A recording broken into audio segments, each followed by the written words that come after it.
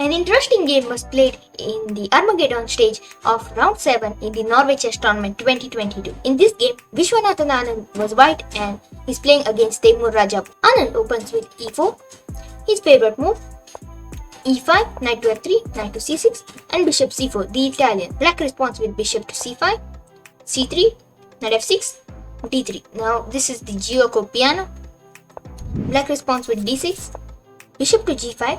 Here white pins this knight. When Anand played against Carlsen, he had also pinned this knight, but that time Magnus had got his bishop to e7, so d6 was not played at that time. Maybe he had castled and then this position appeared. But now as Radjabov had played d6, white plays bishop to g5, black plays h6, bishop to h4, white wants to stay on this diagonal, black has a move that is g5, but black is waiting for white to cancel. a5, he's just playing waiting moves for now, knight bd2, bishop a7, this is all theory, cancels and now he strikes with g5. Bishop to g3, only move, cancels, rook e1, knight h7 and now black will try to build up the attack. h3, h5, d4. Now white cannot let black just keep pushing his pawns and attacking, so he goes to play in the center so that white will have some counterplay. Queen to f6, bishop b5. Now Anand's plan is to take this knight and take this free pawn, so he's eliminating the defender. h4, black first counter attacks, h4, g4, h takes g4 and now bishop into g4. White takes the knight and here he doesn't take the pawn, he instead goes for queen to a4 attacking the c6 pawn. If you take the pawn, it was fine, but black would have queen g7 and maybe there would be bishop h3 threats. So in the game he went for queen a4, h3.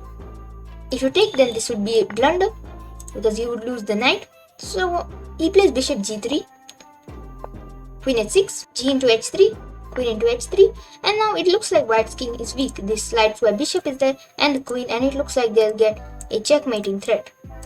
But right now, these knights which are in pairs are doing a great job here.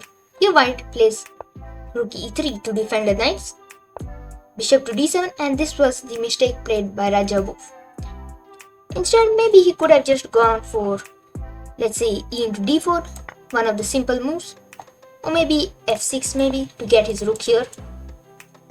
So there were a lot of ideas, but taking the bishop back to defend the pawn was not good. And here Anand finds the only move that gives him a big advantage, that is knight into e5, sacrificing the knight. After d takes e5, he plays bishop into e5, giving a discovered attack on the queen. It doesn't directly win material, but after the queen goes back, there's rook to g3. You have to defend this check with a piece because the king cannot move. In the game, bishop g4 was played, but knight g5 would have been better, as let's say you would attack the knight, then there would be king h7, then you have to take with the bishop because if you take with the rook, then rook g8 would come, and even after bishop into, there is rook g8, but here you have f4. So here you would have some chances in the game, but after bishop to g4, which was played in the game, Anand played queen to d1, pinning this bishop and attacking on it.